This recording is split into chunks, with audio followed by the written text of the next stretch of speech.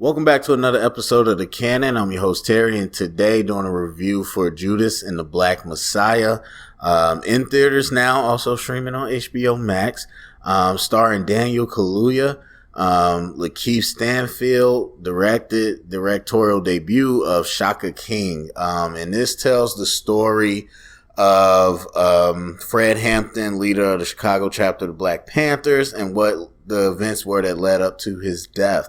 And so it's obviously it's Black History Month. This stuff comes out in that correct moment to remind us of these stories of the past. And this is what some of us start to call a struggle movie, and some call it Oscar movie. And I don't even mean that in a racial sense entirely. There's a lot of Oscar movies that are struggle movies about just different cultures.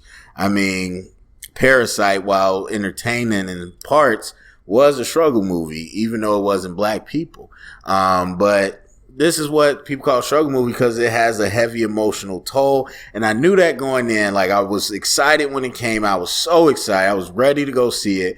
And I didn't. Like, it just, it had to line up for a time where I felt ready to watch it because I knew how impactful it could be. And it very much was that and more. Because these movies are tough, but they need to be told. So, but this is obviously based on a true story. So, like, there's no debate in that. There's debate about politics and how you go about things, but there's no debate in the facts, or I shouldn't say the facts, but the story of what happened with Fred Hampton and the general story of what the government was trying to do against the Black Panthers and how they felt about them.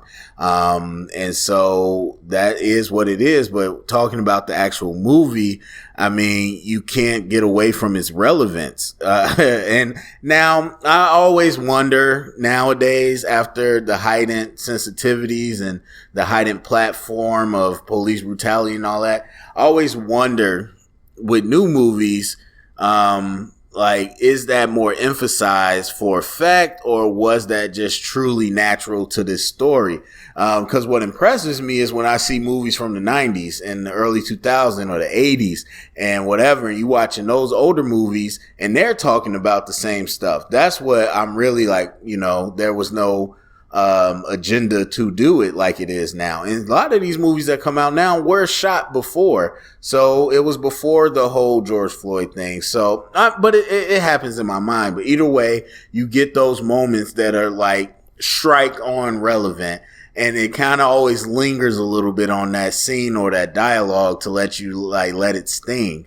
And so you can't get away from the relevance of the police brutality, from people wanting to feel free in their own areas, from the government being absolutely racist and corrupt and targeting people, and all types of things. And this matches up well with the Trial of Chicago 7, I believe is the title. That came out on Netflix a little earlier in 2020. And so that movie, that tells a different story, but it's kind of within the same vein because they do have a couple scenes where they mention Bobby Seale, who was portrayed in the Trial of the Chicago 7. They also had a Fred Hampton in there as well. So this stuff kind of happened around the same time. And then, they mentioned that in Chicago 7, they mentioned Fred Hampton. They show Fred Hampton. And then in this, they mentioned Bobby Seale. They didn't show him, but they mentioned the part where he was bound up and gagged in the courtroom, ultimately let go. But then, they tried to, put false stuff on him for murder, all that. And they were all Black Panthers, and they were all part of that national organization. And they just, two movies showing how corrupt the government was and how hard they were trying to work to bring them down because they were scared of what it looked like to have, people fighting for their freedom. At the end of the day, that's what it is. I mean, you got, You got people now talking about Black Lives Matter and any type of social justice people just looting and vandalizing. Some people talking about violence against cops, and they're like, that's not how it is. That's disorderly. That's not how we conduct ourselves. I mean, the same thing could be said when we had a revolution in America. Like, the way we treated the British ain't how you conduct yourself, but that's not how we wanted to live. And so we changed things, and that's what people are trying to do. And so, but I'm not going to get too far into that. But that's the feel of this movie. That's the mind space it gets you into. But specifically talking about the movie, I right away had vibes of two things. I have vibes of Spike Lee, and I have vibes of Queen and Slim.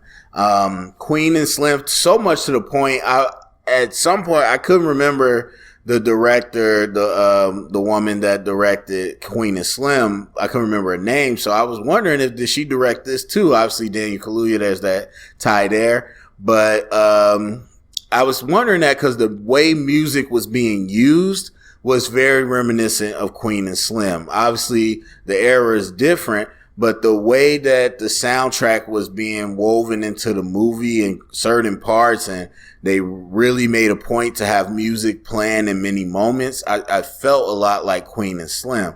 But it's Shaka King who has a directorial debut. Now, he is from New York, and I just feel like black filmmakers, most black filmmakers in general, but definitely ones from New York, you gotta feel like Spike is something to at least look at. And so Spike is, one of the most famous black directors and has a very unique style. And I felt like I saw that, especially early on, but like the quick cuts to, actual footage or actual pictures, or, the cut to like just the camera sitting like a still shot, like while the narration or the voices are still playing. That's very Spike Lee. And I recently just watched some other Spike Lee movies I haven't got to, but very reminiscent of that. And so it felt very influenced by Spike Lee, and then it was very kinetic. And I feel like kind of like Spike and kind of like Queen and Slim a little bit too, where the director really didn't show you everything. Like the director let you, I wouldn't even say, speculate, cause you know what happens. The director just lets you play it out in your mind.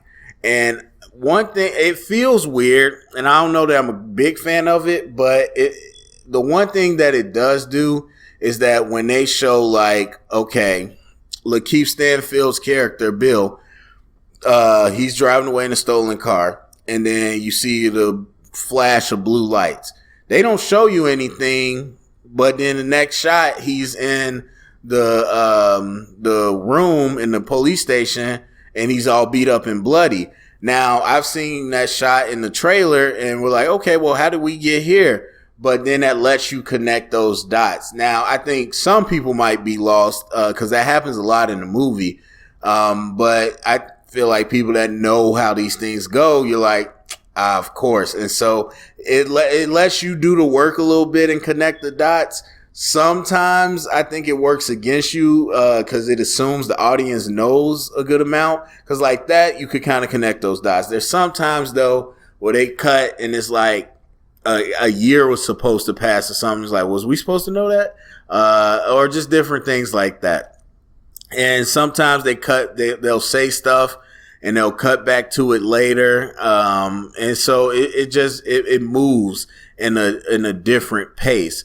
But the one thing that does do is that when you actually see stuff, it hits. Like the raid, the massacre at Fred Hampton's apartment, that just really hits because you see them drop the drugs off, like put this in Fred's drink. And they don't even show it. He's like, do you want another drink? And they cut from it. Okay, we know he put it in a drink. And like, that's what the movie's been doing the whole time. Now you think we're going to cut forward. The way the film is moving, you think we're going to cut forward and see a newspaper clip about Fred Hampton being dead. But no, They show a graphic scene where they come in and raid the apartment, and then it hits that much more because you didn't expect to see that. So that I think the movie does well is too. The performances were strong. LaKeith Stanfield has kind of been getting weird over the last 5 years or so, but we know he's firmly about black stories, and so I think he delivered a great performance. While sometimes it did feel a little more contemporary, just the cadence and the way he talked, it didn't really feel like someone from that era. It definitely felt like how any of us would be in that situation. And that was interesting to have to play those complicated emotions, of being scared, but also trying to play tough, but also, being happy at some moments and being convinced in some moments. And then, Daniel Kaluuya was amazing. I mean, he was amazing. I don't know, like a whole lot. They showed a clip of Fred Hampton, but I don't know a whole lot to compare it to. But I would just say the character he was supposed to be as far as the leader and the revolutionary leader, he nailed it. Absolutely nailed it. He was just good, man. He has an intense look. Just no matter what character or what, he's doing, he just has an intense look. And he can turn it on whenever he wants to.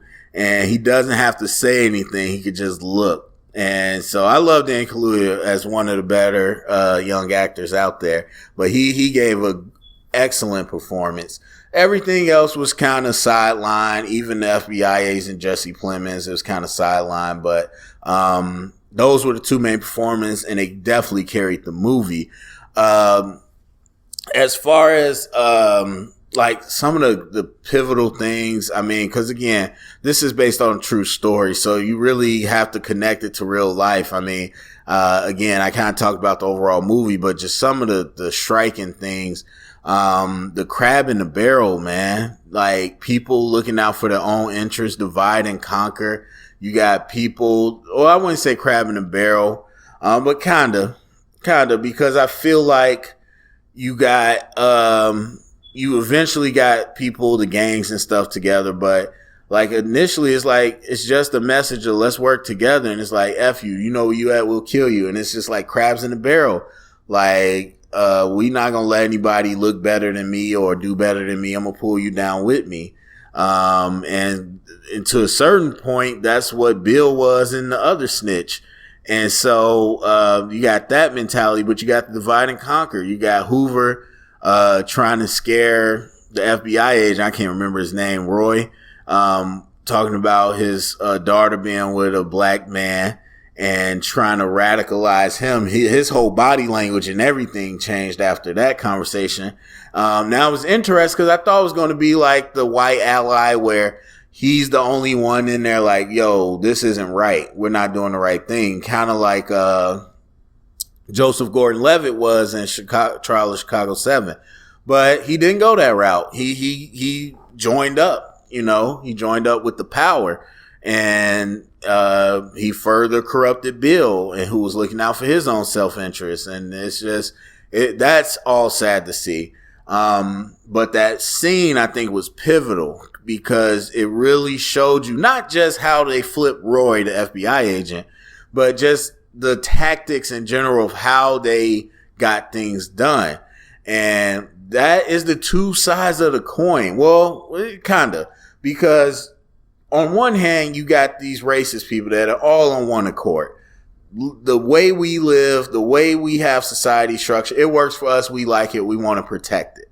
And so they're in government and they got the power and resources, but they all are on one goal. Like there is not too many people sabotaging them. On the other hand, you got the Black Panthers trying to get people on one goal, and it's hard. They're trying to mobilize. They're trying to get the gangs together. They're trying to get the organizations together. They're trying to get the different races together. But as you see, you had Bill, who was already a snitch, not really about this stuff. They asked him in the beginning, like, how'd you feel when Dr. King died, Malcolm X? And he wasn't really in that. This man is just worried about himself. He robbing stuff. And so you got that. And then you got the other snitch who I'm not sure what he did, but he was a snitch for the FBI. He's looking out for himself. So he's taking people down from the inside. And you got people with different agendas. Even the gangs, again, at first didn't want to join up. So it's like you're trying to mobilize these people. And it's hard to get everybody on the same page. It's hard because, look, I guarantee you a lot of those police officers, a lot of those FBI agents and all that, even if you said, hey, you don't have the salary that you did, but we can still give you the weapons and the authority, they'll do it. Even if you say you don't have the authority, but we'll give you the weapons, they'll do it. Even if you can give them the weapons, they'll do it because it ain't about that as much as it is they're trying to uphold what they want their country to look like. And there's so many different opinions on the other side that the oppressed people can't mobilize. And part of it is because the government is working together to separate them by lying. And so it is so relevant to today. But it was that kind of that two sides of the coin. I think that scene really showed how Hoover and all them operated by trying to play on people's fears and survival instincts and all that. And then everything else, I mean, everything with the cops was messed up. I mean, and it hurts more being Chicago. CPD ain't great, but it hurts more just thinking that I could have been in Chicago just in a different time and it been a whole nother escalation. But and for people that forget, the gang started off. There's a lot of important things in this movie, man. The gang started off. A lot of people don't know. Gang started off in the Black Panthers 2 to protect the community because they weren't getting served by the officials. They weren't being served or protected by the police. And so gangs did a lot of things. The same things you see the Panthers doing. They feeding people. They're feeding people. They're trying to protect people. They're trying to get the youth something to do. What happens mostly is that, funding came from some illegal activities eventually. And once money and drugs got involved, a lot of it went sideways and, we trailed down to where we are now with gangs. But a lot of that stuff started off for the people and for the community. And so you see a lot of that in this movie. And that, I think, is a big part. But, yeah, there's so much. There's so much to unpack, and I'm not trying to have an analysis, but I feel like I am. So I'm going to stop here. This is the longest I've ever done a review. I really enjoyed the movie. It messed me up like it's supposed to. It made me angry, and it should make you angry. And it should let you look at the 1969 Chicago or wherever and look at the 2021 where we are today. And realize that not a lot has changed. And we have to keep saying that. So until people are ready to do something about that. All right. So that's it for me. Go down. Oh, I gotta give it a grade. I give it an A. Give it an A. Straight A. Go down in the comment section. Let me know what you think. Share it around. Get the conversation started. Thumbs up, subscribe. And remember, if you heard it here, it's official canon.